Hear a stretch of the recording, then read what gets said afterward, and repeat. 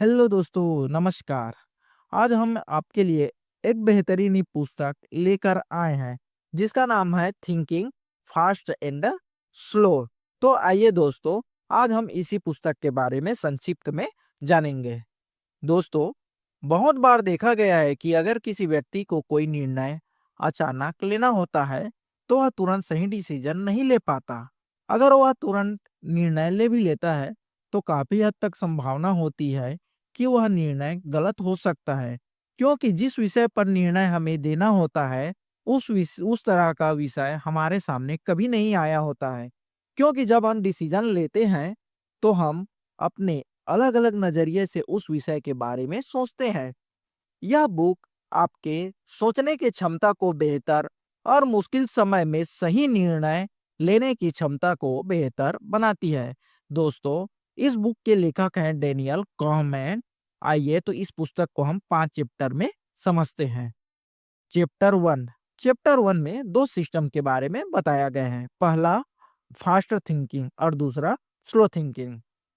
तो हम पहले फास्ट थिंकिंग को समझेंगे। दोस्तों, जब हम किसी विषय पर तुरंत सोचते हैं, तो हम ऑटोमेटिक, सिंपल और बिना ज़्यादा प्रयास के काम के बारे में सोचते हैं। इस तरह की थिंकिंग से हम जल्दी निर्णय ले लेते हैं। हम अपने फीलिंग और पहले के बीते अपने अनुभवों से प्रभावित होकर ऐसा निर्णय ले लेते हैं। इस तरह की थिंकिंग से हम रोजमर्रा की जिंदगी के छोटे-मोटे फैसले संभालते हैं।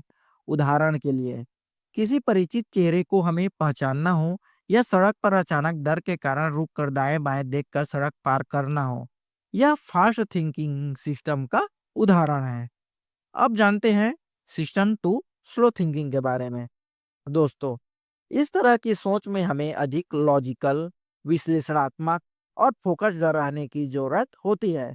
जब हमें कठिन गणितीय हल करनी हो या कोई जटिल समस्याओं का हल करना हो या कोई महत्वपूर्ण निर्णय लेना हो, तो हम सिस्टम टू की मदद लेते हैं। यह हमारी ज़्यादा एनर्जी लेती है और हमें ज़्यादा एफर्ट लगाने की ज़रूरत भी पड़ती है। इसे एक्टिव करना बहुत कठिन होता है, इसलिए हम इजी काम करना अक्सर ज़्यादा पसंद करते हैं, और जो हमारे दिमाग को ज़्यादा काम करने की ज़रूरत पड़ती है, उस काम को हम करना पसंद नहीं करते हैं। दोस्तों, हमारा मस्तिष्क अक्सर सिस्टम एक पर निर्भर करता है, क्योंकि यह फास्ट और कम एफर्ट वाला होता है। फास्ट थिंकिंग में कई बार हम गलतियां कर सकते हैं, खासकर जब हमारे सामने कोई कठिन समस्या हो। स्लो थिंकिंग हमारी सोच को नियंत्रित कर सकता है, लेकिन यह आलसी होता है और हमेशा सक्रिय नहीं होता। जब हम ज़्यादा फोकस्ड नहीं होते, तो फास्ट थिंकिंग ऑटोमेटिक रूप से निर्णय ले लेता है, जिससे हम कई बार भ्रम या पूर्वाग्रहों का शिकार हो जाते हैं। दोस्तों, यह भाग समझाता है कि कैसे हमारी सोच दो स्तरों पर काम करती है और क्यों हमें महत्वपूर्ण फैसले लेते समय अधिक फोकस्ड रहने की जरूरत होती है। दोस्तों, चलते हैं हम अपने भाग 2 की ओर। भाग 2 में हम ह्यूरिस्टिक और पूर्वाग्रह के बारे में जानेंगे। इस भाग में लेखक बताते हैं कि हम निर्णय लेने में अक्सर मेंटल शॉर्टकट का उपयोग करते हैं। ये तुरंत निर्णय लेने में हमारी मदद करते हैं, लेकिन कई बार ये हमारे पूर्व के अनुभवों के आधार पर होता है और अक्सर इसके कारण हमें गलती हो जाती है। पहला है एंकरिंग बायस।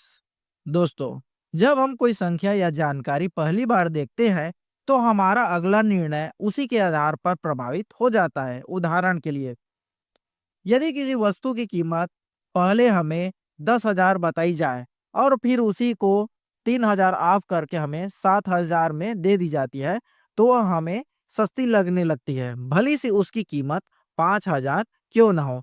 पर हम ऑफर के चक्कर में उस 7,000 को कम समझते हैं। उपलब्धता यूरिस्टिक।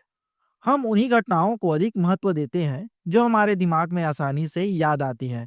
उदाहरण, यदि हाल में ही में कोई हेलीकॉप्टर क्रैश की खबर आई हो, तो हम मान लेते हैं कि हवाई यात्रा बहुत ही खतरनाक है, भले ही उसमें सभी यात्री सुरक्षित क्यों ना हो। प्रतिनिधित्व ह्यूरिस्टिक। हम किसी चीज को उसके समान या स्टीरियोटाइप से जोड़कर मूल्यांकन करते हैं, बजाय उसके वास्तविक आंकड़ों के देखने की। अगर कोई अपराध होता है, और पुलिस के पास दो संदिग्ध होता है। पहला काले कपड़े पहने हुआ होता है, उसके शरीर में टैटू लगा हुआ होता है और एक सख्त हाव भाव वाला व्यक्ति। और दूसरा साधारण कपड़े पहने विनम्र स्वभाव वाला। तो लोग हमेशा पहले व्यक्ति को अपराधी मानने की अधिक संभावना रखते हैं, क्योंकि वह ट्रेडिशनल अपराधी जैसे छवियों से मेल खाता है। लेकिन वास्तव में दूसरा व्यक्ति भी अपराध कर सकता है। हम यहाँ वास्तविक सबूतों के बजाय स्टीरियोटाइप के आधार पर निर्णय ले लेते हैं।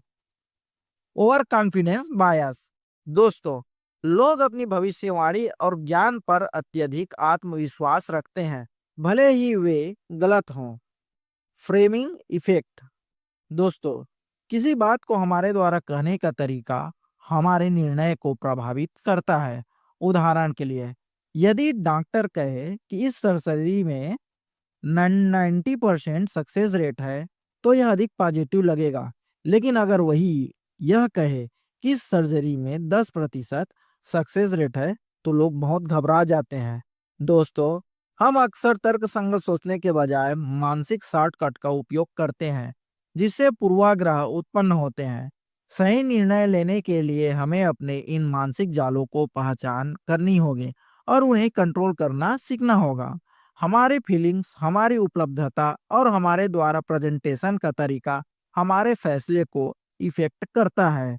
भाग दो यह दिखाता है कि हमारा मस्तिष्क अक्सर भ्रमित हो जाता है और तर्क संगत निर्णय लेने में असफल हो जाता है। दोस्तों, आइए चलते हैं हम अपने भाग 3 की ओर। भाग 3 में हम ओवर कॉन्फिडेंस के बारे में जानेंगे। दोस्तों, इस भाग में लेखक बताते हैं कि कैसे लोग अपनी क्षमताओं, अपने ज्ञान और भविष्यवाणियों पर जरूरत से ज्यादा विश्वास करते हैं, जिसके कारण वे गलत निर्णय ले लेते हैं। हिंडसाइट बायस। जब कोई घटना हो जाती है तो हमें लगता है कि हम पहले से ही इस बारे में जानते थे कि ऐसा ही होगा, जबकि वास्तव में ऐसा नहीं होता। इसे मैंने पहले ही कहा था इफेक्ट कहा जाता है। दोस्तों, हमें कमेंट करके बताएं कि आपके आसपास ऐसा कौन कौन बोलता है।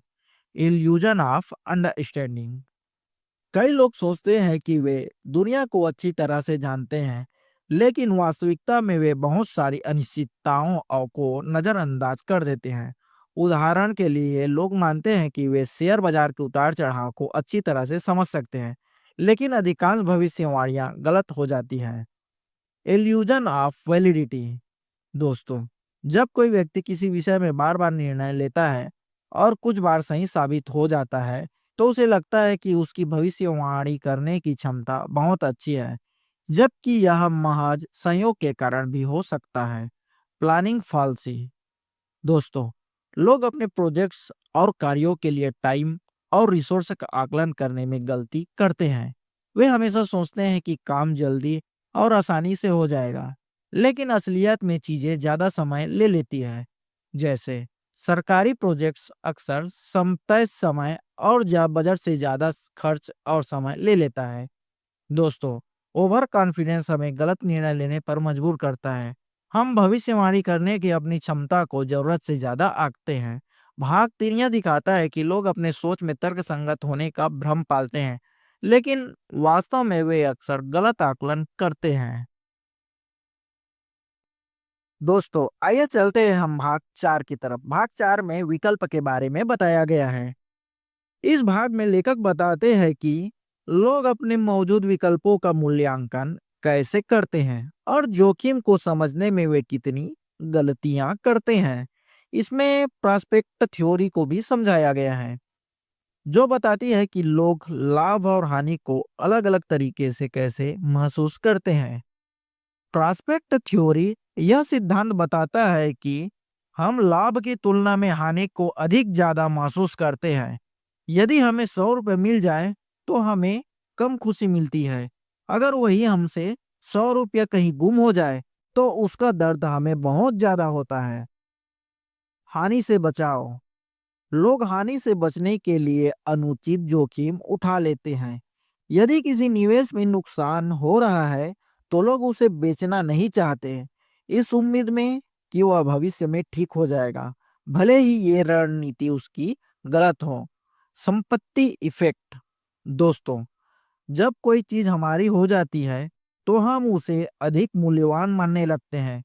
उदाहरण के लिए, यदि किसी को एक मुफ्त कप मिलता है तो वह उसे ज्यादा कीमत पर बेचना चाहेगा, बजाय इसके कि वह खुद उसे खरीदने के लिए उतनी कीमत चुकाए। निश्चितता का प्रभाव। दोस्तों, लोग निश्चित लाभ को जोखिम भरे लाभ से अधिक ज्यादा पसंद करते हैं। भले ही संभावनाओं को देखें तो दूसरा विकल्प बेहतर हो सकता है। द- अगर लोग 50,000 रुपए की निश्चित वेतन पर काम करना ज्यादा पसंद करेंगे, बजाय इसके कि 50% पार्टनरशिप पर काम करके वे अनुमानित 1 लाख रुपया महीने का कमा ले। संभाव्यता वजनन। दोस्तों, हम छोटे जोखिमों को बढ़ा चढ़ाकर देखते हैं और बड़े जोखिमों को नजरअंदाज कर देते हैं। उदाहरण के लिए, अगर हवाई जहाज का दुर्घटना जोखिम बहुत कम होता है, लेकिन लोग फिर भी उससे डरते हैं, जबकि सड़क दुर्घटना की संभावना ज्यादा होती है, फिर भी लोग बेफिक्र होकर मोटरसाइकिल और कार चलाने से नहीं झिझकते। Framing effect. दोस्तों, किसी सूचना को हमारे द्वारा कैसे प्रस्तुत किया जाता है, यह हमारे निर्णय को प्रभावित करता है। जैसे सर्जरी में 90% सफलता का दर है, लोग इसे सकारात्मक मानेंगे। इस सर्जरी में 10% असफलता है, तो लोग इसे नकारात्मक मानेंगे, भले ही दोनों वाक्य एक ही चीज कह रहे हों। दोस्तों, हम तर्कसंगत निर्णय नहीं लेते, बल्कि भावनाओं से प्रभावित होते हैं। हानि से बचने की प्रवृत्ति हमें कई बार गलत फैसले लेने पर मजबूर करती है। भाग 4 यह दिखाता है कि लोग अपने निर्णयों में जोखिम और लाभ का सही आकलन करने में अक्सर असफल होते हैं। दोस्तों, आइए चलते हैं हम भाग 5 की ओर। भाग 5 में हम दो पहलुओं से सोचने के बारे में स्वयं की बात करेंगे। इस भाग में लेखक बताते हैं कि हमारी सोच के दो अलग-अलग दृष्टिकोण होते हैं।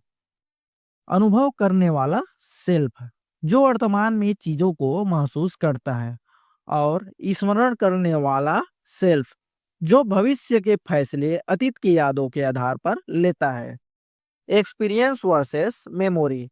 दोस्तों, हम अपने जीवन के फैसले वास्तविक अनुभव के बजाय यादों के आधार पर लेते हैं। मान लेते हैं कि आपकी कोई छुट्टी का अनुभव बहुत अच्छा रहा हो, लेकिन अंत में कोई बुरा अनुभव हो जाता है, तो हम स्मरण करने वाला दिमाग पूरी छुट्टी को ही बुरा अनुभव मान लेता है। Peak in the rule. दोस्तों, हमारी यादें मुख्यतः सबसे तेज अनुभव और अंत पर हुई घटनाओं पर आधारित होती है। उदाहरण के लिए, यदि किसी मेडिकल प्रक्रिया के दौरान अधिकतर समय दर्द कम था, लेकिन अंत में बहुत दर्द हुआ, तो व्यक्ति पूरी प्रक्रिया को दर्दनाक के रूप में याद करेगा। जीवन संतोष बनाम खुशी। अनुभव करने वाला सेल्फ क्षणिक सुख और भावनाओं से जुड़ा होता है, और स्मरण करने वाला सेल्फ बड़ी तस्वीर देखता है और दीर्घकालिक संतोष पर ध्यान देता है।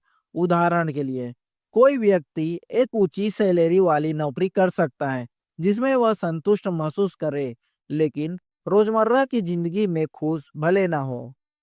भविष्य की योजना और यादों का प्रभाव। दोस्तों, लोग अपने भविष्य की योजना अपनी यादों के आधार पर बनाते हैं, भले ही वे यादें सटीक न हो। इस कारण लोग उन अनुभवों को भी दोहराने की योजना बना सकते हैं जो वास्तव में उतने सुखद नहीं थे। दोस्तों, हम जो अनुभव करते हैं और जो याद रखते हैं, वे अलग अलग चीजें होती हैं। हम अपने जीवन के फैसले वास्तविक अनुभव से ज्यादा यादों के आधार पर ले लेते हैं। यदि हम जीवन में खुशी चाहते हैं, तो हमें सिर्फ अतीत की यादों पर नहीं, बल्कि अपने अनुभवों पर भी ध्यान देना चाहिए। भाग 5 यह दिखाता है कि हमारे निर्णय और संतोष हमारी वास्तविकता से नहीं, बल्कि हमारी यादों और उनकी व्याख्या से प्रभावित होते हैं। बेहतर निर्णय लेने के लिए हमें अपनी सोच की खामियों को पहचानना होगा। जोखिम और संभावनाओं का सही आकलन करने की आदत डालनी चाहिए। वर्तमान में जीना और केवल यादों के आधार पर निर्णय न लेना एक संतोषजनक जीवन जीने के लिए जरूरी है। दोस्तों, यह पुस्तक हमें अपने निर्णय लेने की प्रक्रिया को समझने और सुधारने में मदद करती है, ताकि हम अधिक तार्किक और प्रभावी जीवन जी सके।